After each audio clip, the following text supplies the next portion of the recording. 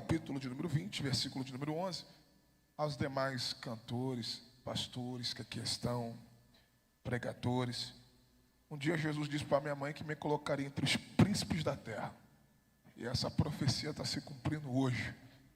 Estou aqui ao lado de príncipes de Deus. Príncipes. João capítulo 20, versículo de número 11. Quem achou o texto, diga vigília.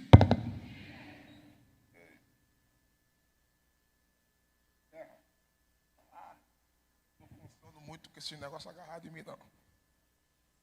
Agora vai. Quem achou, diga amém. Diz assim o texto. E Maria ficou chorando do lado de fora da sepultura. E enquanto ela chorava, curvou-se e olhou dentro do sepulcro. E viu dois anjos, vestidos de branco, assentados onde jazera o corpo de Jesus. Um à cabeceira e outro aos pés. E disseram-lhe eles: mulher, por que choras? Quem buscas?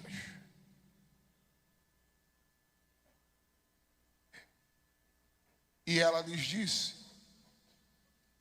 eles levaram o meu Senhor e eu não sei onde o puseram.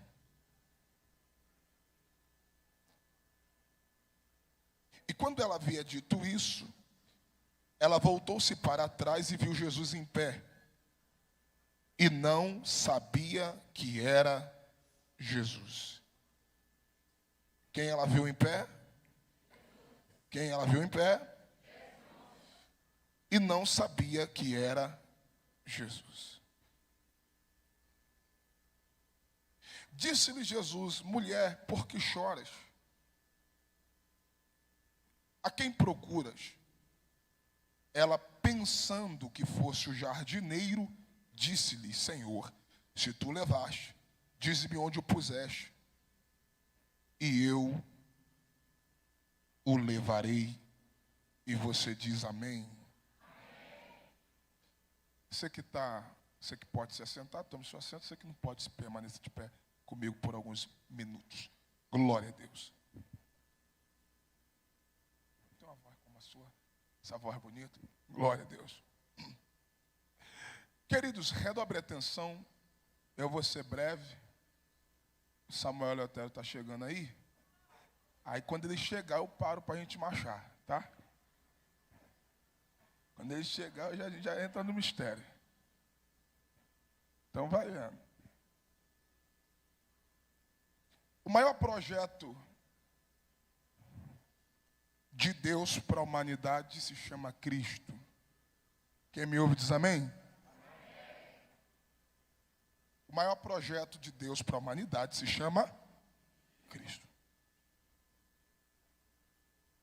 Jesus é a maior oferta de Deus para a humanidade.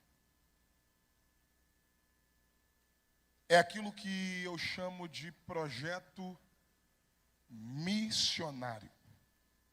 Você pode falar para duas pessoas aí, diga: projeto missionário.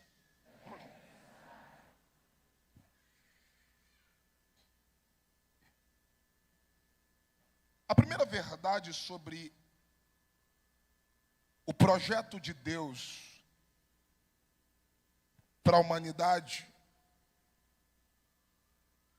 é que o projeto ele é anterior à existência. Ele é anterior à criação. E por que ele é anterior à existência? Porque antes que o mundo fosse formado, o projeto já havia sido decretado. Alguém deu glória a Deus. Estou dizendo que antes que o mundo fosse formado, o projeto já havia sido decretado. é aquilo que eu chamo de decreto divino. Fala para duas pessoas, diga, decreto divino. Diga. Pastor, por que decreto divino? Porque, primeiro, ele é anterior à existência. Isaías diz, antes que houvesse dia, antes que o tempo, antes que o cronos fosse criado, Deus diz, eu sou. E não há ninguém que possa escapar das minhas mãos, operando eu, quem impedirá? Então a primeira verdade sobre esse projeto é que ele é anterior à existência. João diz, no princípio era o verbo. E o no princípio que João está escrevendo, no capítulo 1 do Evangelho de Jesus, escrito por ele, é o mesmo no princípio de Gênesis capítulo 1. No princípio criou Deus os céus e a terra. É o mesmo no princípio que João diz, no princípio era o verbo estava com Deus, porque o verbo era Deus. Olhe para alguém que está do teu lado e diga, o verbo é Deus. Alguém deu glória a Deus ali. O verbo é Deus. Eu estou dizendo para alguém, aquilo que Paulo escreve em Filipenses, no capítulo 2, no verso de número 6, ele diz, ele, Jesus, mesmo sendo Deus, porque Jesus é Deus, não teve por vaidade ser igual a Deus. Poderia, mas ele humilhou-se a si mesmo, tomando a forma humana e sendo obediente a Deus. Olhe para mim, prepare para dar um glória a Deus. Ele é anterior à existência. Por quê? Porque se ele é o próprio Deus, prepara para dar uma glória. Se ele é o próprio Deus, entra a segunda verdade sobre o projeto. Qual? O projeto é eterno. Grita para 3 pessoas, diga, o projeto é eterno. Pastor, por que eterno? Porque Deus é eterno. Se o projeto é eterno, a eternidade não tem começo, a eternidade não tem meio, a eternidade não tem final. Deus não tem começo. Ninguém pode dizer quando Deus começa, ninguém também pode dizer quando Deus termina, ninguém pode dizer o começo e nem o fim de Deus. Ele é autoexistente, ele existe por si próprio. Deus não precisou de ninguém para lhe criar. Antes da criação ele já era Deus. Antes, alguém lá em cima deu glória. Jesus, eu não sei quem vai pegar. Pastor, por que o projeto é eterno? Porque o escritor aos Hebreus, falando de Cristo, ele diz, Jesus Cristo é. Ele não está dizendo era, ele diz, ele é o mesmo ontem, o mesmo hoje e o mesmo para sempre. Ele é Deus. Ele é, cata a mão de um vaso ligado agora aí, rápido. Se ele tiver desligado, larga a mão dele. Cata a mão de um vaso ligado aí, dá um saculejo nele, dá um saculejo nela. Isso, para ele acordar. Dá um saculejo nele e diga assim, ele é imutável. Diga, ele é imutável. Diga, aquele que é, que era e que será para todo sempre. Ele já está na vigília de Atos 2, e só quem crê na sua existência faz o barulho que o diabo não gosta.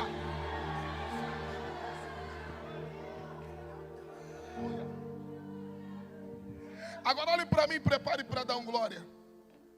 Esse lugar vai tremer. Eita.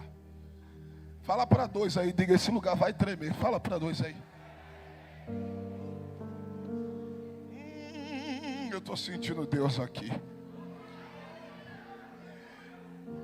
Quando eu falo do decreto divino, quando eu falo do projeto de Deus, e esse projeto é anterior à existência, e esse projeto é eterno,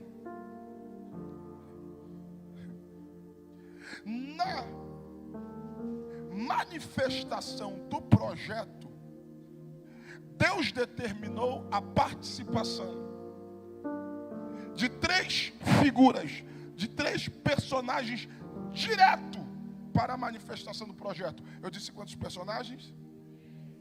Ok. Primeiro personagem. Aquilo que nós chamamos, aquele que nós conhecemos como Lúcifer, o querubim ungido. Aproveitar que a gente está em um ambiente de polêmica. Tem gente que se pergunta, mas Lúcifer não é um nome. É porque tem gente que começou a estudar teologia ontem e já acha que descobriu a pólvora.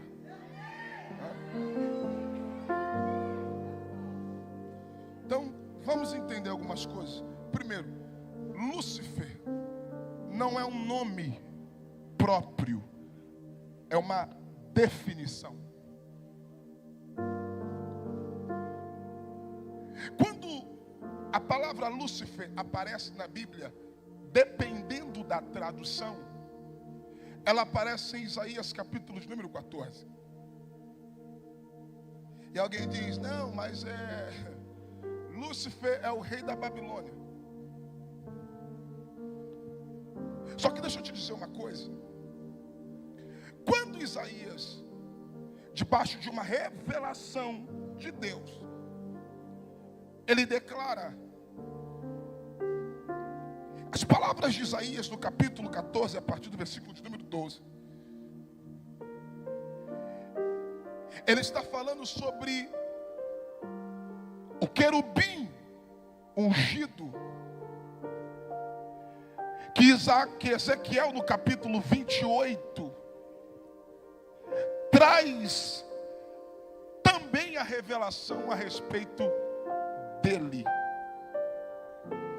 Pastor, e o projeto passa por ele? Passa. Porque se existe uma criatura criada por Deus, e eu ainda não vi alguém que Deus decidiu investir como ele.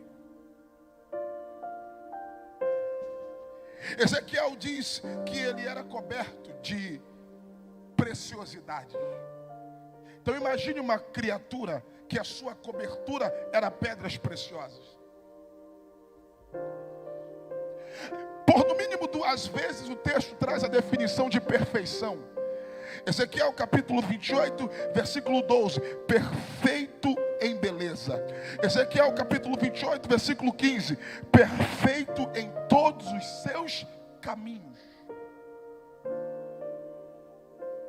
Então eu estou falando de uma criatura perfeita em beleza, coberta de preciosidades, ungido para proteger, perfeito em todos os seus caminhos. Aí Isaías diz, até o dia que se achou iniquidade em ti. Até porque o que contamina o homem não é aquilo que entra. O que contamina o homem é aquilo que sai. Porque não adianta você ser bonito por fora. Não adianta você ser perfeito por fora. Não adianta alguém olhar para você e dizer, nossa, não tem ninguém melhor do que ele. Ninguém prega melhor do que ele. Ninguém canta melhor do que ele. Ninguém faz melhor do que ele. E quando Deus olhar para o teu interior, o caráter não condiz com a tua aparência.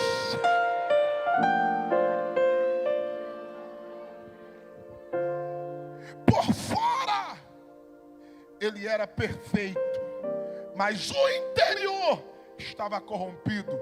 É por isso que Isaías diz, tu dizias em teu coração, eu subirei, colocarei o meu trono acima das estrelas de Deus, e sobre o monte da congregação me assentarei, e serei semelhante ao Altíssimo. Ei, escute isso. Ele não queria se assentar no trono de Deus. Ele queria estabelecer o seu trono. Ele não queria o lugar de Deus. Ele queria ser semelhante a Deus. Porque quando ele olha para a sua unção, quando ele olha para o seu potencial, quando ele olha para a sua aparência, quando ele olha para tudo que ele representava, eu não estou falando de qualquer criatura, eu estou falando da criatura mais poderosa que Deus havia criado. Pastor, e qual é a prova disso? Em Isaías capítulo 6, quando Isaías viu o serafim trazendo na mão uma tenaz, uma brasa tirada do altar com uma tenaz. E que brasa é essa? Era uma pedra de fogo tirada do altar.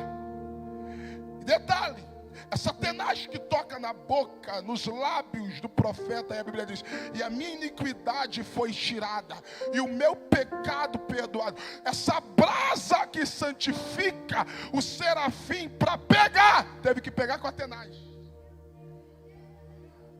Essa criatura era tão poderosa que o texto diz assim, ó: entre as pedras afogueadas tu andava. Alguém deu glória a Deus. Os serafins, para pegar, tinha que tocar com a tenaz. Ele não, ele caminhava entre elas.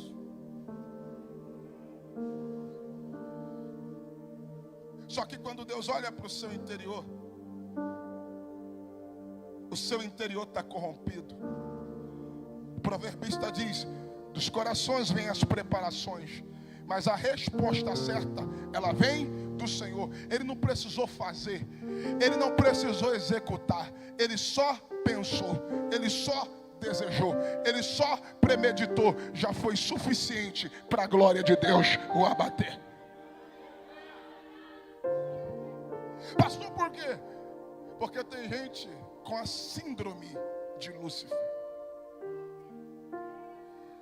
A soberba, a prepotência, a ganância, a autossuficiência já tomou conta do coração, a ponto de dizer: eu serei, eu me tornarei, eu me assentarei, eu serei semelhante.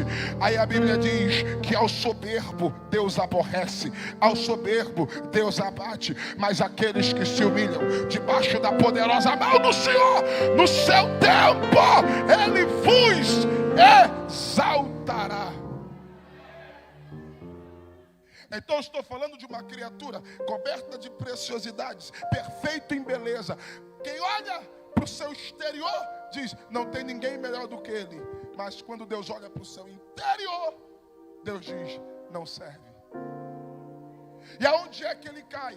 Ele cai a partir do momento que ele pensou, que ele desejou ser semelhante ao Altíssimo. A soberba foi tão grande que ele se achou ao ponto de querer ser semelhante ao Altíssimo. E o que acontece? Ele cai. E quando ele cai, ele não cai sozinho. Quando ele cai, Apocalipse diz: o dragão, quando cai, com a sua cauda, ele leva a terça parte dos anjos. Já percebeu que tem gente que é assim? Ele cai, mas não cai sozinho. Ele cai, mas leva outros a cair. Ele se rebela, mas leva outros a se rebelar. Ele desobedece, mas leva outros a desobedecer. Porque tem gente que não quer cair sozinho. Aí Jesus, e a prova que ele estava lá, ele disse para os seus discípulos, em Lucas capítulo 10, versículo 18: eu via.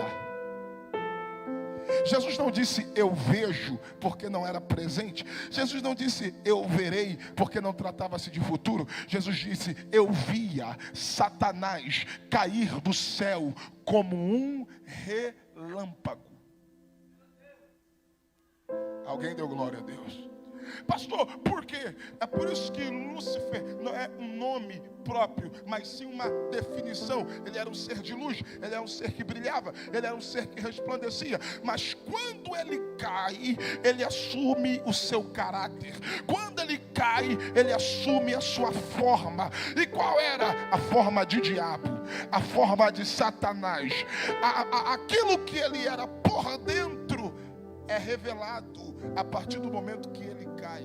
Porque tem gente que é só uma capa. O tempo vai mostrar quem é quem de verdade. Aí Jesus, eu via Satanás cair do céu como um relâmpago. Quando ele cai, a terra é o ponto de impacto da queda de Lúcifer. E a prova disso é que o capítulo 1 de Gênesis, versículo 2 diz: a terra estava sem forma e vazia. Havia trevas sobre a face do abismo, e o Espírito de Deus se movia sobre a face das águas. Perceba que Deus, versículo 1, criou os céus e a terra. E tudo que Deus cria, tudo que Deus forma é perfeito. Olhe para um vaso que está perto de você, diga assim, ó, tudo que Deus forma, diga, tudo que Deus cria é perfeito. É perfeito. Deus nunca vai criar algo deformado. Deus nunca vai criar algo sem forma. Deus nunca vai criar algo vazio. Tudo que Deus faz é perfeito. Só que por que a terra está sem forma e vazia? Porque quando ele cai, a terra é o ponto de impacto da queda. E tudo que Satanás toca, ele transfere o seu caráter para aquilo que ele tocou. Era perfeito, mas quando ele cai, a terra entra em caos. Já percebeu que tem gente que quando começou, era perfeito? Casamento, perfeito. Ministério, perfeito. Família, perfeita. Aí na primeira brecha que o diabo encontrou, ele deforma aquilo que havia sido formado. Só que aí entra Jesus na história. Porque enquanto Deus cria e o diabo trabalha para deformar aquilo que Deus criou, aí entra o haja, versículo 3. E o que é o haja? É a transformação daquilo que estava sem forma, estava em trevas. Aí vem Deus dizendo, haja luz. E quem é o haja? O haja é Cristo, o verbo criador. É por isso que João disse, ele é o verbo. E ele estava no princípio, ele era Deus. Deus diz haja, mas quem traz a existência é Cristo. Deus diz haja, mas quem faz as coisas aparecerem é Cristo. Deus diz haja, mas quem dá forma para aquilo que não tinha forma é Cristo. Jesus me trouxe essa noite para dizer para alguém, ele está dando forma para aquilo que estava sem forma na tua história. Oh, aleluia, oh, aleluia. Deus formou, o diabo tenta deformar, mas vem Jesus e transforma tudo aquilo que foi deformado pelo diabo. Quem crê nisso faz o barulho que o diabo não gosta.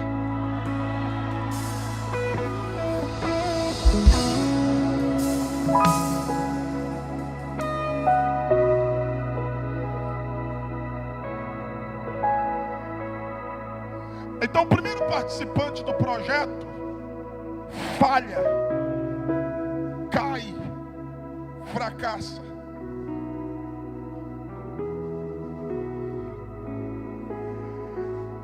Aí entra o Gênesis capítulo 1, versículo 26. E disse Deus, agora façamos o homem conforme a nossa imagem e semelhança. O querubim ungido, a criatura mais perfeita que Deus havia criado, caiu.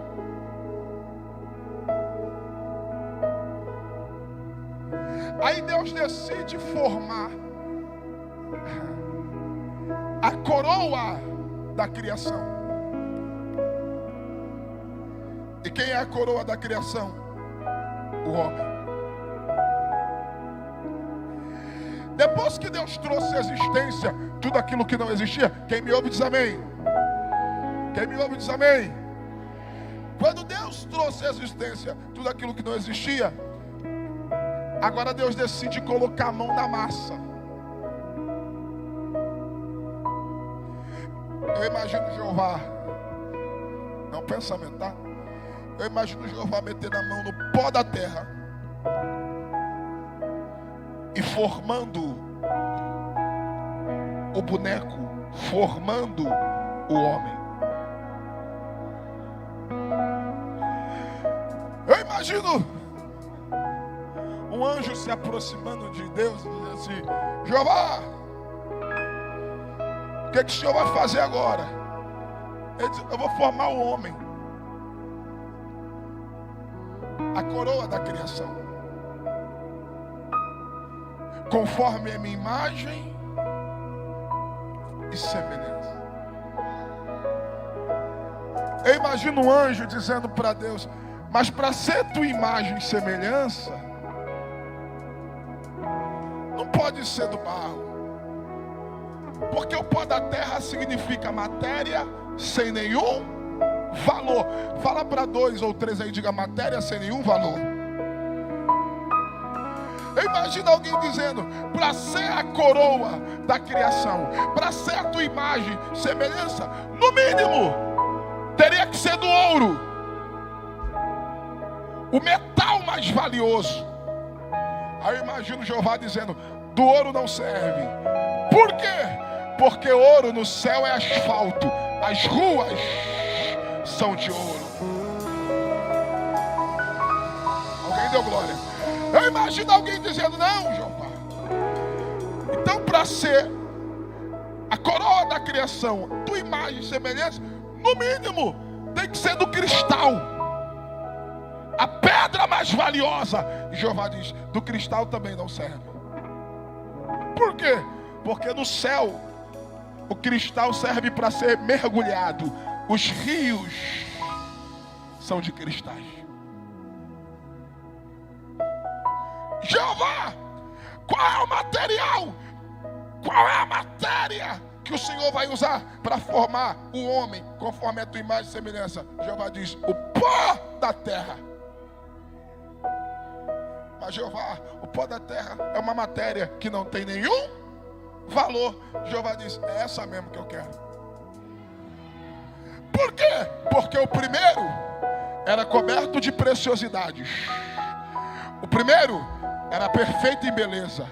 O primeiro era ungido. O primeiro era perfeito em todos os seus caminhos. Se tem alguém que Jeová havia investido no quesito de aparência, era ele. Mas o interior corrompido. Aí Jeová vem pela contramão. Ele pega a pior matéria, forma o homem, e o texto diz assim, ó: e soprou Deus. Alguém deu glória? E soprou Deus nas narinas do homem, e o homem se torna alma vivente. Pastor, por quê? Porque o que torna o homem imagem e semelhança de Deus não é a matéria. Por quê? Porque a matéria não tem nenhum valor. O que torna o homem imagem e semelhança de Deus é o que Deus soprou dentro do barro. Alguém lá atrás deu glória. O que te torna, o que me torna imagem e semelhança de Deus, não é o meu tamanho, não é a minha altura, não é a minha aparência, não é a minha genética, não é a minha raça, não é a minha cor de pele. Deus não parece comigo porque eu sou negro, ou você é branco, ou você é pardo. Não! O que nos torna imagem e semelhança de Deus é o que Deus soprou dentro do barro. Olha para esse vaso que está perto de você e diga assim: o que te torna imagem e semelhança de Deus é o que Deus soprou dentro de você. Fala para ele, fala para ela. É por isso que vigília como essa não é para crente comum. E eu sempre digo isso. Eu estou nesse negócio de vigília já há muitos anos. Vigília é um culto para quem é diferente. Vigília é culto para crente anormal. Vigília é para quem quer ver o que não vê. É para quem quer receber o que geralmente não se recebe. É para quem veio entregar uma madrugada na presença de Deus. E se é para se encher daquilo que é de Deus, tira a tampa do teu vaso essa madrugada, porque vai descer azeite.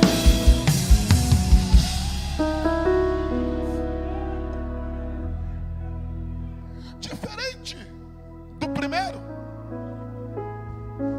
que era belo por fora, perfeito por fora, mas vazio por dentro. Adão era de uma matéria que não tinha valor, mas tinha um sopro de Deus dentro dele. Alguém deu glória a Deus ali. Por isso que Paulo diz: tenho, porém, estes tesouros em vasos de barro, para que a excelência do poder seja de Deus e não do homem. Já percebeu que tem gente que por menos, por pouca coisa, fica besta? Não pode ter uma quantidade de seguidores que já se acha melhor do que os outros.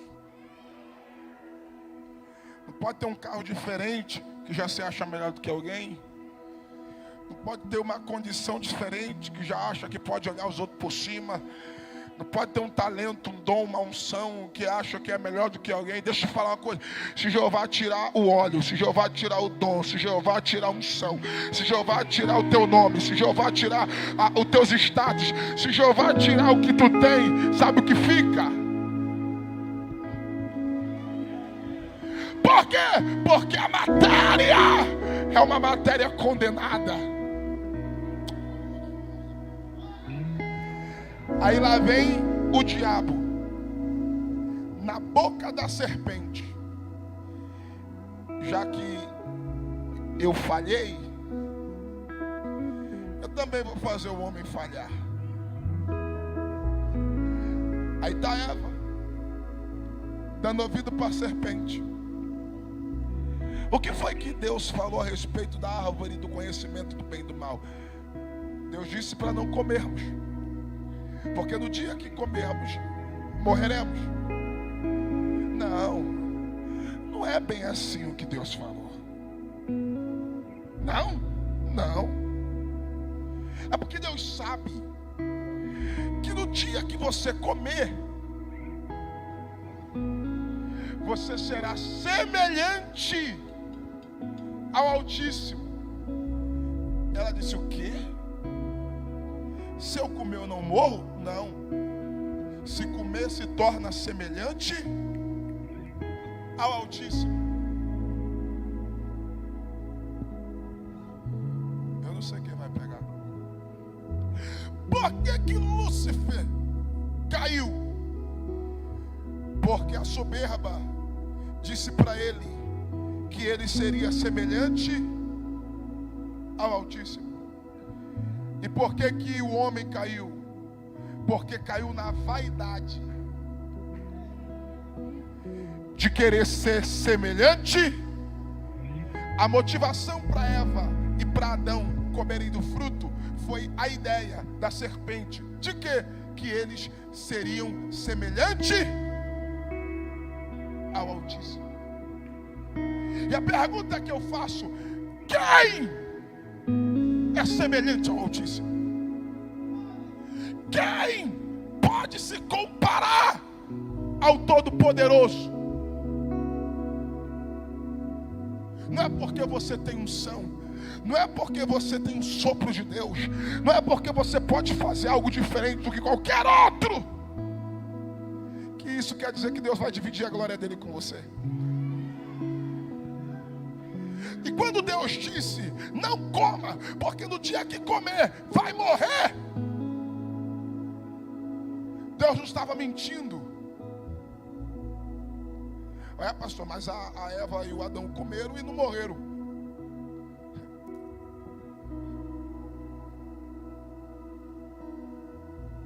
Quando eles comem, eles abrem uma porta de legalidade para o pecado chamado desobediência. Grita para alguém do teu lado, diga desobediência. Olhe para cá e prepare para dar glória. Quando eles desobedeceram, eles abriram a porta de legalidade para o pecado entrar na humanidade. E aonde o pecado entra, a Bíblia diz que o salário da morte, o salário do pecado, quando eles comem do fruto, desobedecendo uma ordem de Deus, eles pecam. E quando eles pecam, qual é o salário do pecado? Então Deus não mentiu quando Deus disse não coma, porque a desobediência leva ao pecado e o pecado leva à morte. Deus não estava mentindo. Eu sei que o glória é some mesmo. Então quando o homem come do fruto, ele come na ideia de ser semelhante ao Altíssimo. E qual foi o resultado? Caiu de novo. Agora olha a consequência disso. Quando o querubim cai, ele leva a terça parte. Quando Adão cai, ele leva toda a humanidade. E se você olhar para o cenário da queda de Lúcifer e você olhar para o cenário da queda de Adão, você diz, projeto falido. Só que existe um negócio aqui que eu não falei para você, chamado de proto-evangelho. Pastor, o que é o proto-evangelho? O primeiro evangelho. E o primeiro evangelho está dentro do que eu disse, decreto divino. E o que é o decreto divino? Ei, tu acha mesmo que o querubim e que Adão e que o diabo pegou Deus de surpresa? Quem pode pegar Deus de surpresa? Ninguém. Ou tu acha que Deus, quando desce na viração do dia, perguntando, Adão, onde tu estás? Adão, onde tu estás? Tu acha que Deus está perdido no jardim, querendo procurar Adão e não encontra? Quando Deus desce, Deus não desce procurando. Quando Deus desce dando oportunidade de arrependimento. Não, eu vou repetir. Quando Deus desce, Deus não desce à procura. Quando Deus desce com uma oportunidade. Deus está dizendo, Adão, aonde estás? Adão, aonde estás? Adão, aonde estás? Segura, porque eu vou entregar. Segura. Quando Deus diz, Adão, aonde tu estás? Deus não está procurando Adão. Deus está dizendo, eu estou te dando a oportunidade de quê? De sair de trás da moita e confessar o pecado. Adão, aonde estás? Adão, por quê? Porque enquanto a desobediência leva ao pecado, e o pecado leva à morte, o arrependimento leva à redenção, e a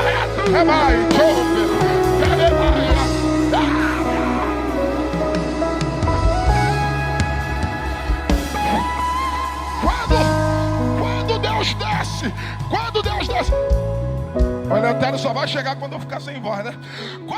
Quando Deus desce dizendo, Adão, onde tu estás? Era Deus dizendo o seguinte, sai de trás da moita, confessa o pecado e diga, Senhor, eu comi do fruto, serpente me enganou. Só que Adão, ao invés de se apresentar com o coração arrependido, ele se apresenta com o coração de um monte de crente do século 21. Todo errado, mas querendo acusar os outros.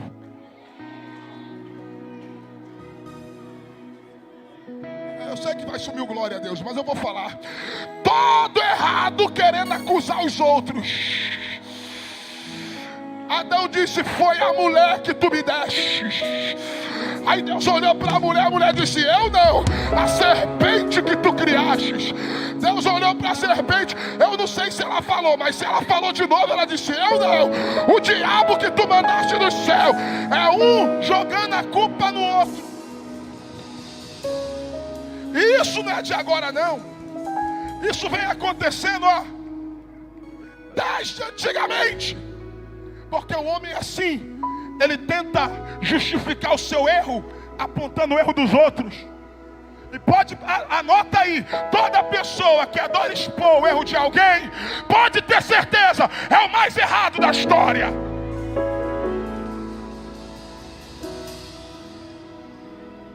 Aí Deus, ao invés de encontrar um coração arrependido, Deus encontra um Adão tentando justificar o seu erro, apontando o erro de alguém. Aí Deus diz: já que ninguém se arrependeu, já que ninguém assume a responsabilidade, então a consequência vai para todo mundo. Adão, os espinhos ferirão os teus pés, com suor tu terás que comer. Ele olha a Eva e diz: multiplicarei as tuas dores de parto, e tu sofrerás para dar à luz. Ele olha para a serpente e diz: rastejarás sobre a terra e comerás o pó da terra. E Deus estabelece um decreto: colocarei inimizade entre ti e o homem, ele te ferirá a cabeça e tu lhe ferirás o calcanhar. Aqui entra o primeiro evangelho. Jesus é o calcanhar ferido na cruz do Calvário,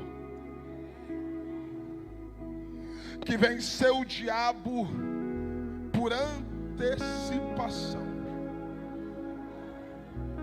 Aí vem o apóstolo Paulo dizendo: em breve o Deus de paz esmagará Satanás debaixo dos pés da igreja.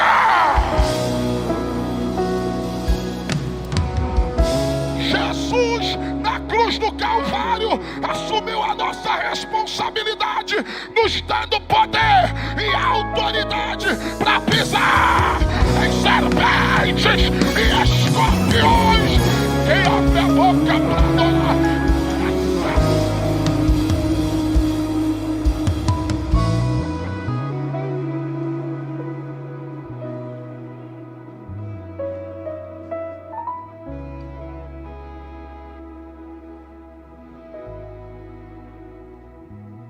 Eleutério, cadê você? Estou sem voz aqui já.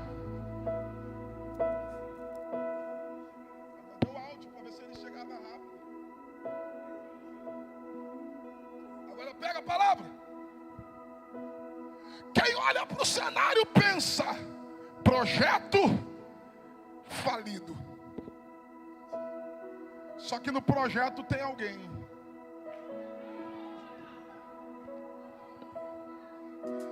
E quem é, pastor? É alguém que sempre foi a figura principal. Por quê? Porque aqui entra o decreto divino.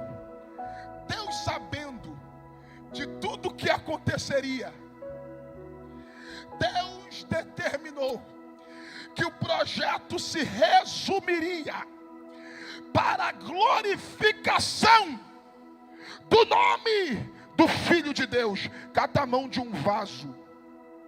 Cata a mão de um vaso aí. Cata a mão de um vaso. Se ele estiver desligado, larga a mão dele. Cata a mão de um vaso ligado aí. Dá um saculejo nele. E diga assim, ó. Diga: desde o princípio. Não, grita. Desde o princípio. Tudo é para a glorificação do Filho de Deus. Se deu certo, a glória dele. Se não deu certo, a glória dele. Se você chegou, a glória dele. Se não chegou, a glória dele.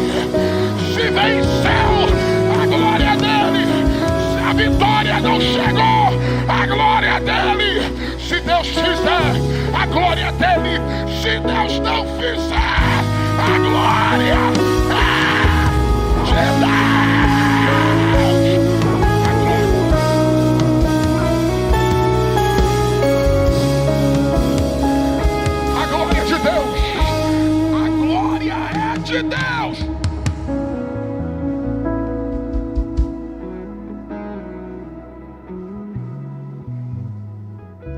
Pastor, e aonde entra? E aonde entra Cristo? Agora.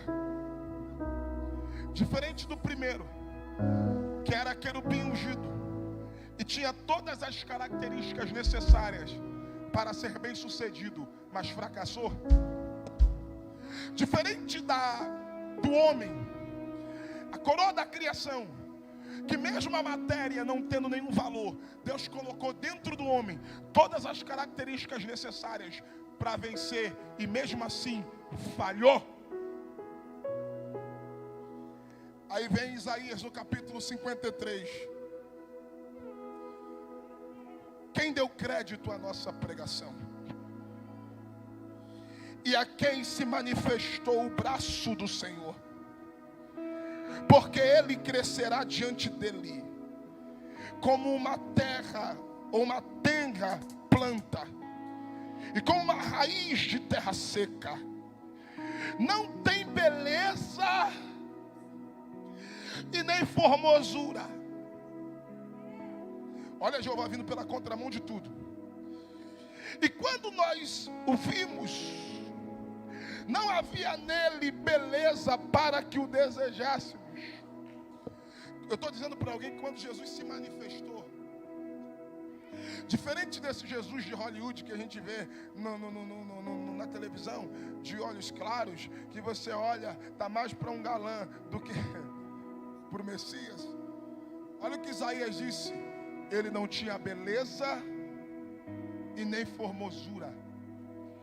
Quando Jesus nasceu, olha o que Isaías está dizendo: não era atraente. Quem olhasse para ele não desejava. Tem mais: ele era desprezado, rejeitado, um homem de dores, familiarizado com o sofrimento. Eu estou dizendo que quem olhasse para Jesus via nele um homem sofrido. Que é isso, pastor? Jesus era assim. E nós escondemos dele a nossa face. Antes da revelação do propósito, tem gente que se escondia dele. Quem olhava para ele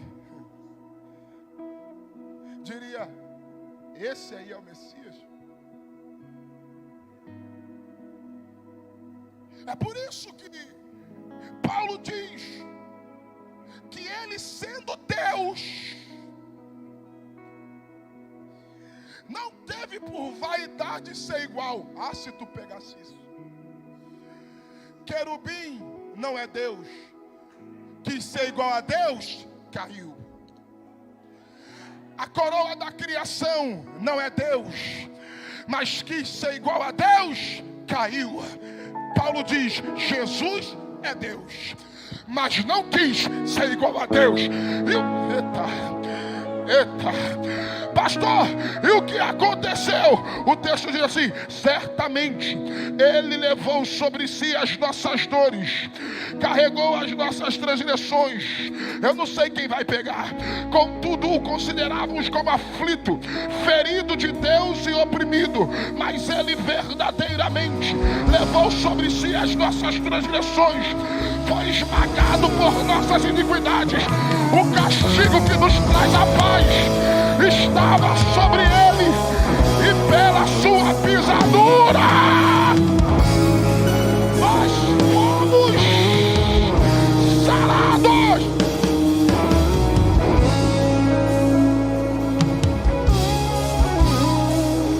Aí Paulo diz: e ele foi obediente a Deus até a morte, e morte de cruz, pelo qual Deus o exaltou soberanamente e lhe deu um nome. E lhe deu um nome que está acima de todos os nomes. E toda língua confessará. E todo joelho se dobrará.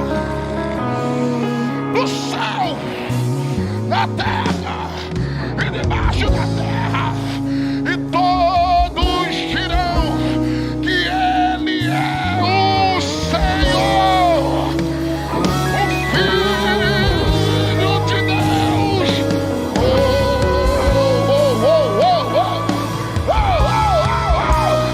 O primeiro era querubim ungido, quem ser igual a Deus e caiu. O homem, imagem e semelhança de Deus, coroa da criação, quem ser igual a Deus caiu. Jesus era Deus, se tornou homem e venceu.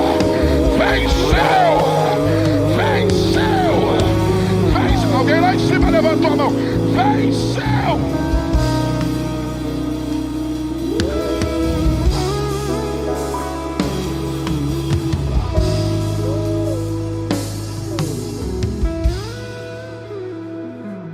Quando ele chega na cruz do Calvário,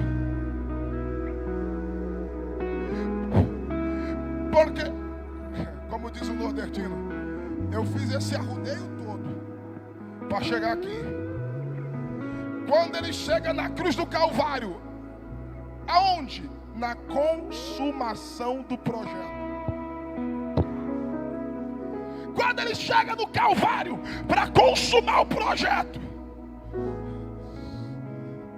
depois de todo o sofrimento, depois de ser traído, depois de ser vendido, depois de sofrer uma noite de agonia no Getsemane, depois de ser condenado na casa de Anás, depois de ser espancado violentamente, depois de ser condenado à morte, depois de uma via dolorosa, uma quarentena de açoites, depois de um Gólgota de sofrimento e dor,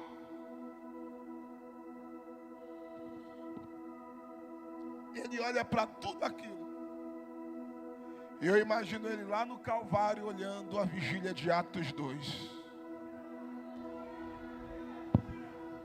Eu vou repetir. Eu imagino ele lá no Calvário olhando para a vigília de Atos 2 no dia de hoje, dizendo: vai valer a pena. Vai valer a pena. Vai valer a pena. Vai valer a pena. Vai valer a pena. Vai valer a pena. Ele disse: Pai, está consumado.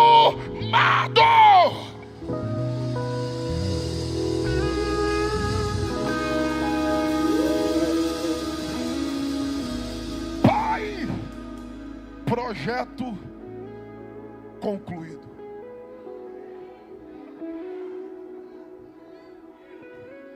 Aí Jesus vai dar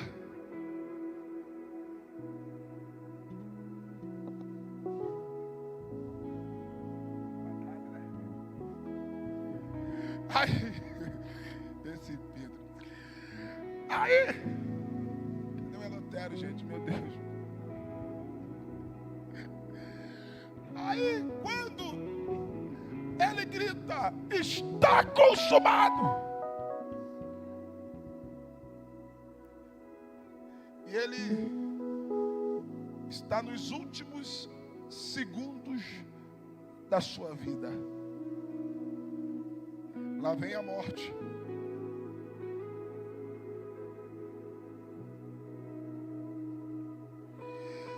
A mesma morte, e você sabe que a morte é um espírito. A mesma morte que levou grandes homens na história. Ela vem se aproximando, achando que levaria mais um mártir, achando que levaria mais um revolucionário, achando que levaria mais um herói, achando que levaria mais um rei. E enquanto ela está se aproximando, Jesus diz: alto lá.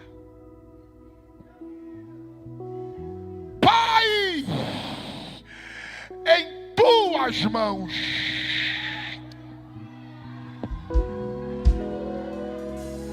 Eu vou repetir. Jesus na cruz do Calvário repreendeu a morte, dizendo: a mim tu não leva, a mim tu não toca. Pai, em tuas mãos entrego o meu espírito.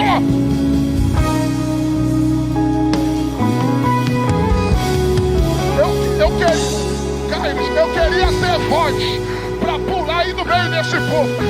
Cata a mão de alguém aí, cata a mão de alguém rápido. Cata a mão de um vaso aí rápido. Diga assim, ó, a morte. Grita, a morte não conheceu o teu Senhor.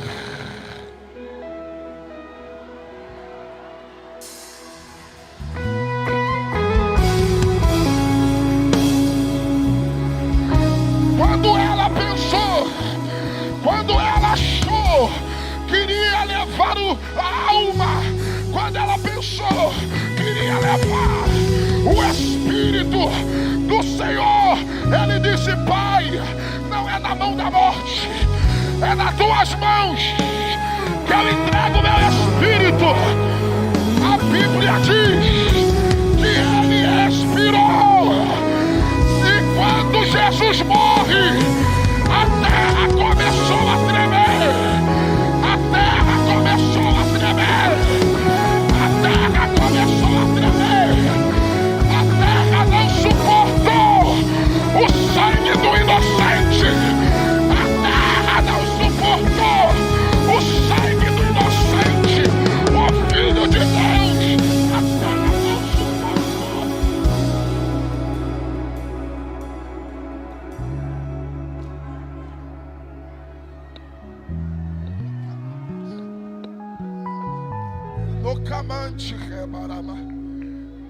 Quando Jesus entrega o Espírito,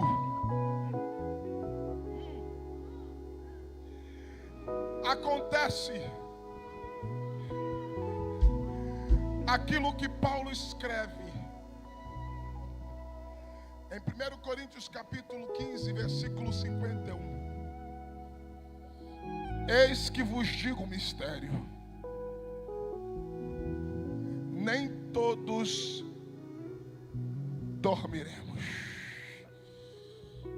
mas todos seremos arrebatados.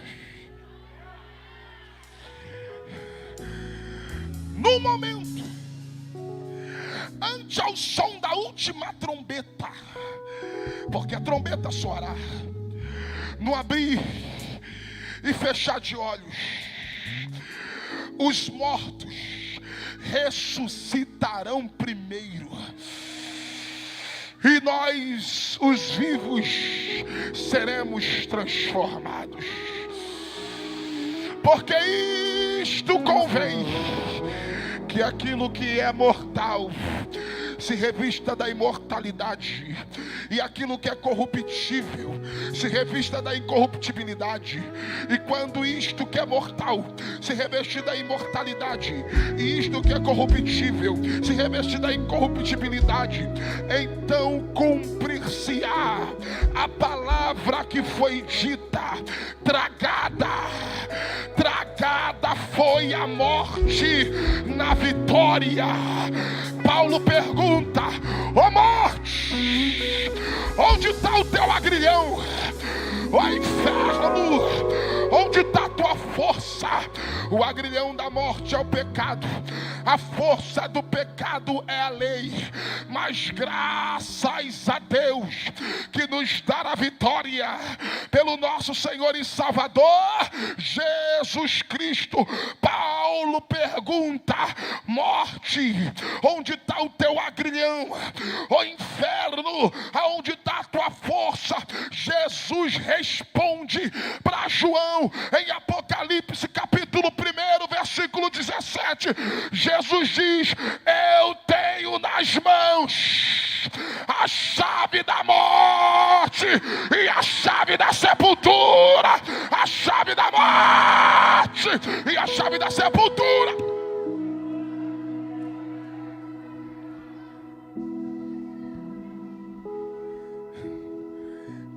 E ao terceiro dia, a pedra do túmulo foi removida. Jesus ressuscitou.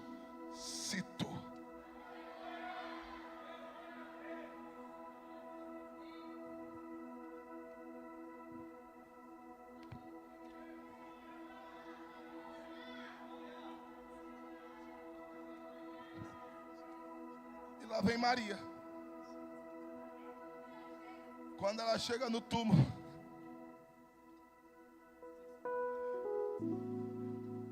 levaram o meu Senhor. Alguém havia esquecido do que ele disse. O templo seria derrubado, mas em 3 dias.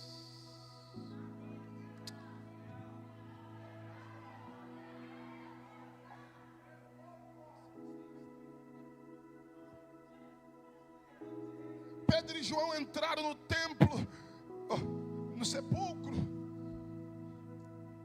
E quando eles viram os lençóis ao chão, o túmulo vazio e o lenço dobrado, a Bíblia diz, e eles creram.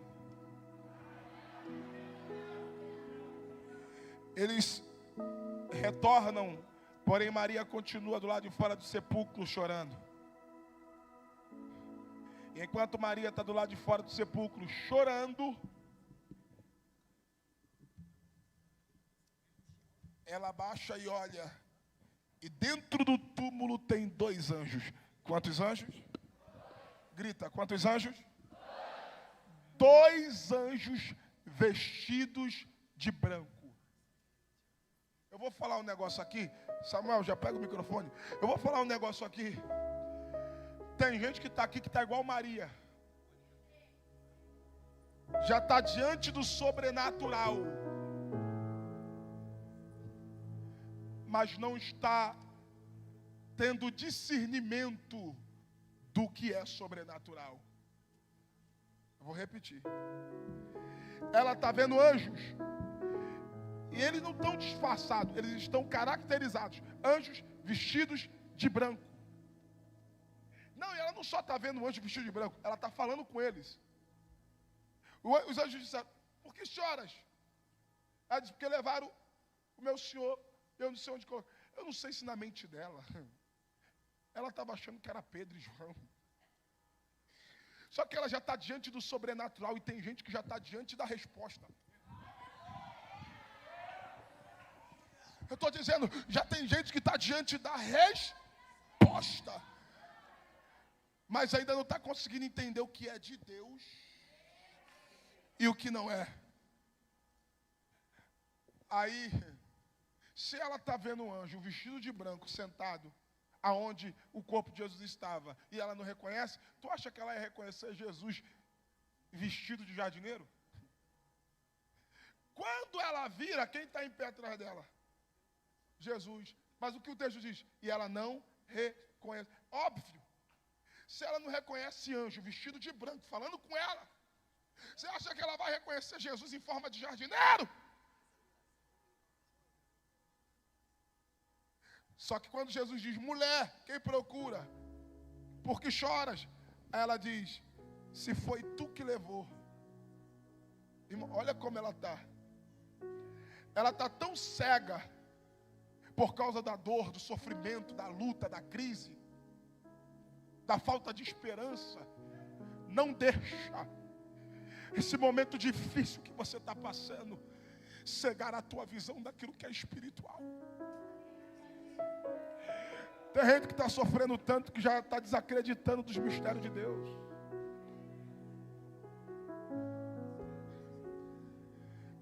Aí, ela está tão cega que ela está acusando Jesus de ter levado a si mesmo.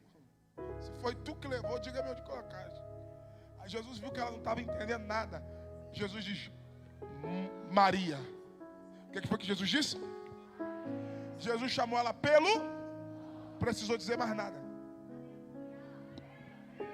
Jesus disse: mulher, por que choras? Quem procura, ela não reconhece. Mas quando Jesus chama ela pelo, ela disse: opa. Esse tom, essa voz, a forma de falar o meu nome, a forma de falar comigo, é só Ele. Ela cai de joelho e diz: mestre! Aí Jesus dá um passo para trás e diz: não me detenhas, porque eu ainda não fui para o meu Pai. Mas vai aos meus irmãos e diga que eu vou para o meu Pai e vosso Pai, meu Deus, vosso Deus.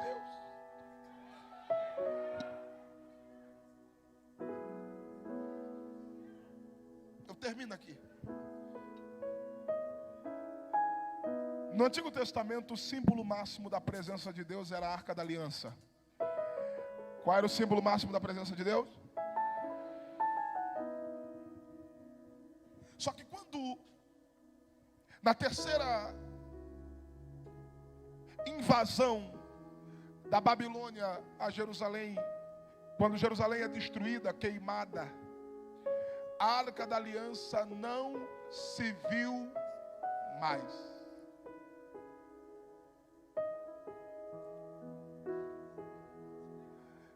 E até hoje,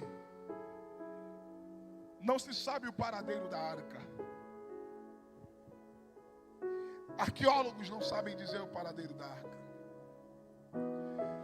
Historiadores não sabem dizer o paradeiro da arca. Cientistas não sabem dizer o paradeiro da arca. Teólogos não sabem dizer o paradeiro da arca. Nem o filme do Indiana Jones soube dizer o paradeiro da arca. A arca desapareceu. Só que quando Deus mandou Moisés fazer a arca, um caixote retangular de madeira, revestido de ouro, por dentro e por fora, Deus mandou fazer uma tampa, e a tampa da arca é chamada de propiciatório. E o que é a tampa da arca? A tampa da arca é uma tampa de madeira revestida de ouro e esculpida do ouro 2 querubins. Um de um lado e outro do outro. E no meio dos querubins, a glória de Deus. Alguém diz: a arca não se viu mais. Quando Maria se abaixou para ver o túmulo, o que foi que ela viu? 2 anjos, vestidos de branco, um sentado na ponta e outro sentado na outra. Pastor, o que é que Maria está vendo? A representação do propiciatório.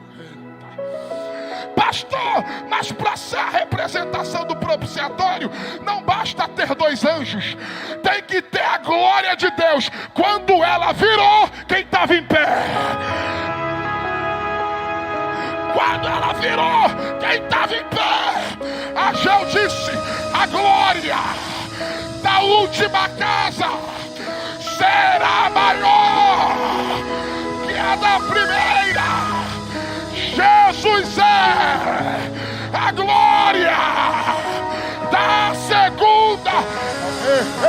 Eu vou repetir: Jesus é a glória da última casa. E só para quem tem mão para levantar, a glória da última casa está aqui nessa vigília, nesta madrugada. Só quem crê, pula da cadeira, fica de pé.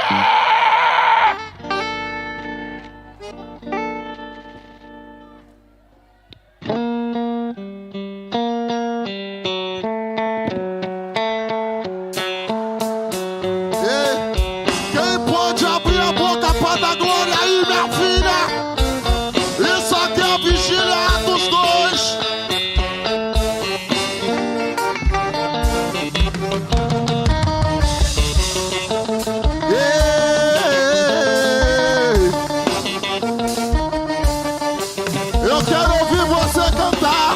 Levante a mão e canta. Mas desceu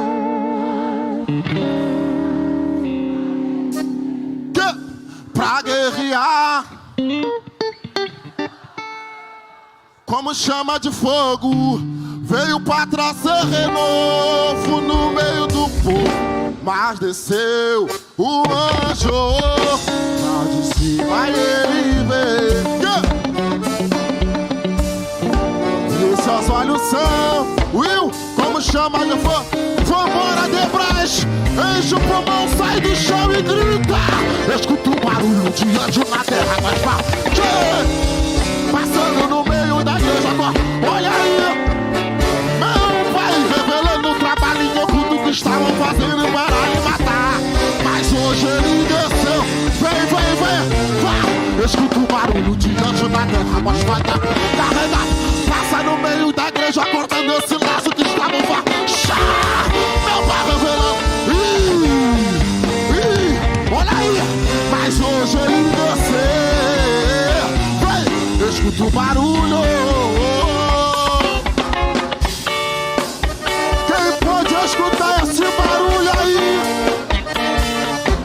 O barulho na terra. Vambora, vai. Escuta o barulho de anjo na terra com a espada na mão carregada de fogo. Passando no meio da igreja cortando esse laço que está. Meu pai revelando o trabalho oculto que estavam fazendo para me matar. Mas eu vou liberar pra quem pega. Tá cortando o laço, tá fechando a cova. Tá cortando o laço, tá fechando a cova. Tá cortando o laço, tá fechando a cova. Só quem acredita, abre a boca. Olha, desfaz esse trabalho nessa marcha. Desfaz esse trabalho. Olha aí, desfaz esse trabalho nessa marcha. Tira o nome dele, vambora. Cada glória que tu dá, o feitiço eu quebro. Cada glória que tu dá, a macumba me pegou.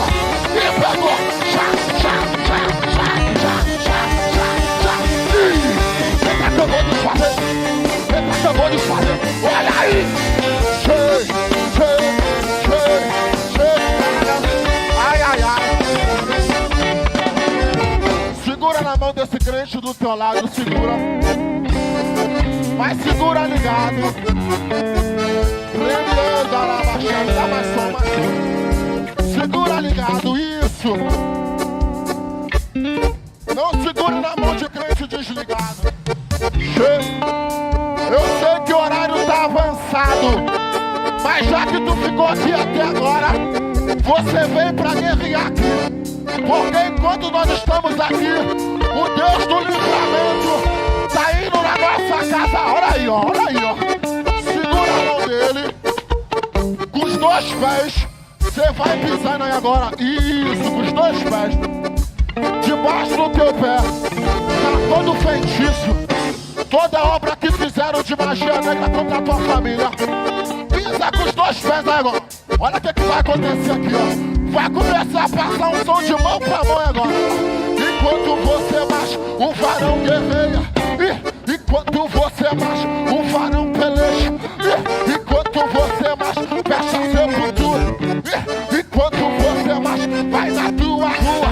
Agora, olha, começou a pegar o varão guerreando na terra. Enquanto você marcha, o varão peleja. Enquanto você marcha, fecha.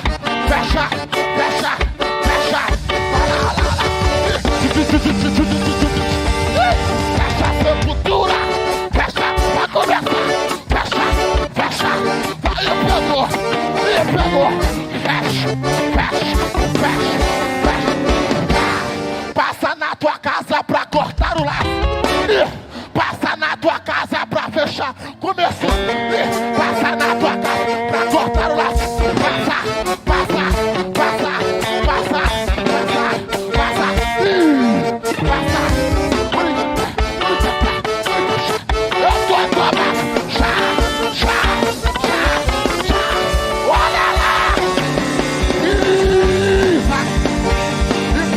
ele cresça, que eu desapareça aqui. Sai do chão, é dos dois. Passa Jesus, passa Jesus. Olha lá. Olha aí. Ele tá passando, ele tá passando, ele tá passando, ele tá passando, ele tá... Olha lá. Eu vou liberar. Ele tá passando aqui, tá curando aqui, tem livramento aqui. Ele passa aqui, passa, eu vou dar lugar. Ele passa, lá em cima. Vambora. Deus vai fazer uma coisa nova, vai mudar a cena, vai fazer. Olha aí. Vamos. Deus já ganhou essa batalha.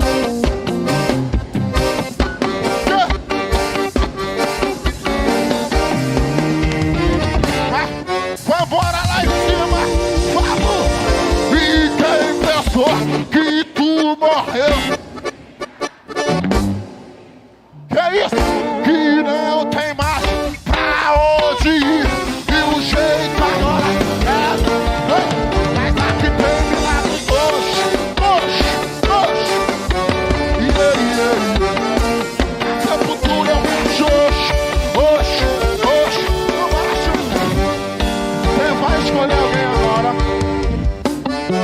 Só vai fazer quem tem raiva do diabo, viu? Vire de frente pra alguém de 2 em 2. Vire de frente, isso.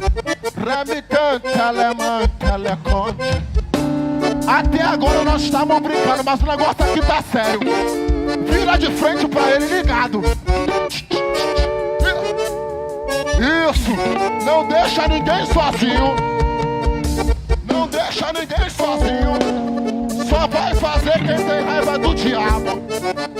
Quem tiver do lado do diabo vai ficar parado. Estende a mãozinha pra ele. Estende a mãozinha pra ela. Ribicon, telemanto na chuva. Vai passar um negócio aqui dentro. Quem tá ligado tá sentindo. Não encoste nele ainda. Não encoste nela ainda. Eu vou contar de 1 até 3. E no 3, você vai encostar nesse crente do teu lado. Mas vai encostar ligado. E junto com ele, você vai dar 10 saltos. O que tava travado vai destravar. Só faz quem tem fé e acredita. No 3, você vai encostar nele e vai dar 10 saltos ligados. Deus vai tomar os vasos ligados aqui dentro, tá vendo? Segurou. Tá. Eu digo 1, a vitória vai chegar. Eu digo 2, Jesus está nesse lugar. É 2,5, começa a glorificar. Ramante, já tem gente sendo tomada ali, ó. 2,95, o guerreiro vai passar. No 3, você vai encostar nele e vai dar 10 saltos de ligado. Uriante. Agora enquanto você marcha, o varão guerreiro. Mas tu vai encostar com autoridade. Quem tiver brincando, para de brincar. O negócio ficou muito sério aqui. Ramancha, é menor, é macoma, não se anda, né? Olha como isso aqui virou um campo de guerra aqui agora. Pastor Renan aqui virou um campo de batalha. Simbora aqui agora. É 1, é 2, é 3, e 4, dá o salto.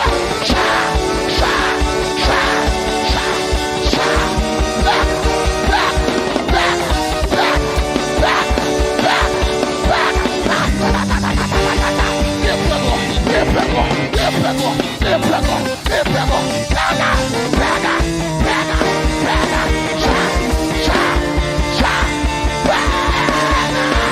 Olha, desfaz esse trabalho dessa baixo. Desfaz esse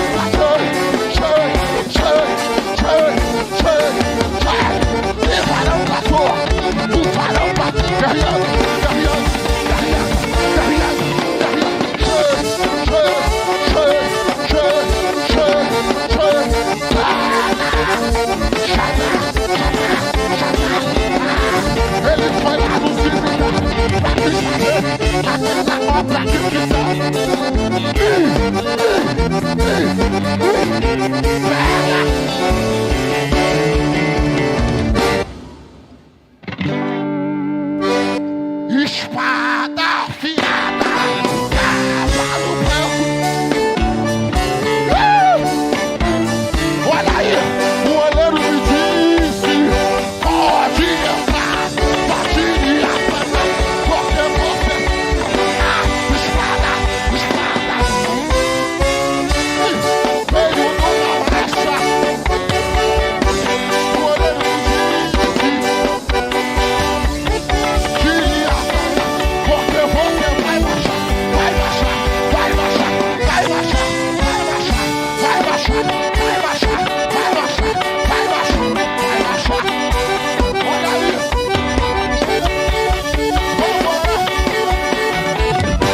E pode falar mal.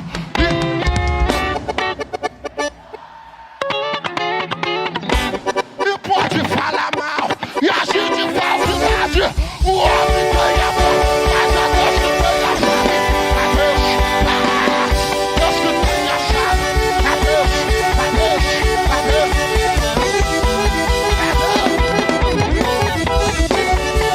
Eu vou profetizar. É Deus que tem a chave do apartamento. É Deus que tem a chave do teu casamento. É Deus que tem a chave. Eu vou profetizar.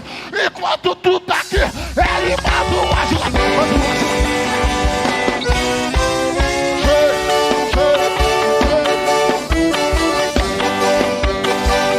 Olha aí.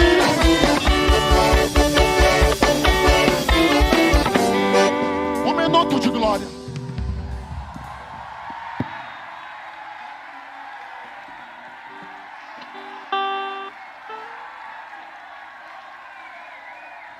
Acabou de descer uma nuvem aqui dentro da Debras. E Deus me disse: Renan, eu vou começar a tomar as vasos pra